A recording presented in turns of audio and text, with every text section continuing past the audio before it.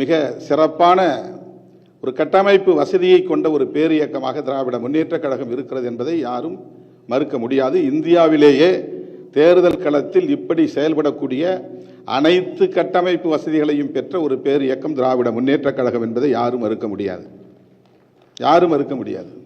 நம்முடைய எதிரிகள் எங்கோ காணாமல் போய்விட்டார்கள் என்றுதான் சொல்ல வேண்டும். வாய்வீச்சும் மீடியா ஹைப்பும் தான் இருக்கிறது. அவர்கள் சிதறி கிடக்கிறார்கள். அவர்களால் அவ்வளவு இலகுவாக நம்மை வெற்றி கொள்ள முடியாது.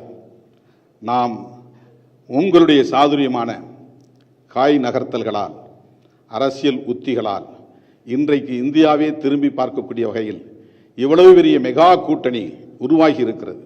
நான் ஒரு பேட்டியிலே சொன்னேன், ஆட்சியிலும் பங்கு அதிகாரத்திலும் பங்கு என்று ஒரு புதிய தலைவர் சொல்லியும் யாரும் அவரை தேடி போகவில்லை. வெளியே நிற்கக்கூடியவர்கள் கூட திமுகவை நோக்கித்தான் வந்திருக்கிறார்கள், அண்ணன் தளபதி அவர்களை நோக்கித்தான் வந்திருக்கிறார்கள். இடம் கிடைத்தாலும் கிடைக்காவிட்டாலும் இந்த மதசார்பற்ற முற்போக்கு கூட்டணியில் இருப்போம் என்றுதான் இங்கே வந்து கைகோர்த்து நிற்கிறார்கள். அந்த அளவுக்கு உங்கள் தலைமையின் மீது இங்கே மிகப்பெரிய நம்பிக்கை வளர்ந்திருக்கிறது. இந்த கூட்டணியின் மீது நம்பிக்கை வளர்ந்திருக்கிறது. நீங்கள் முன்வைக்கிற அரசியல் மிகப்பெரிய ஆளுமை மிக்க ஒரு அரசியலாக இருக்கிறது. நாட்டுக்கே வழிகாட்டக்கூடிய அரசியலாக இருக்கிறது. எனவே இந்த வெற்றி இலகுவானதுதான். ஆனால் இதை சாமர்த்தியமாக, சாதுரியமாக இந்த 20 நாட்களில் நாம் ஒருங்கிணைக்க வேண்டியிருக்கிறது.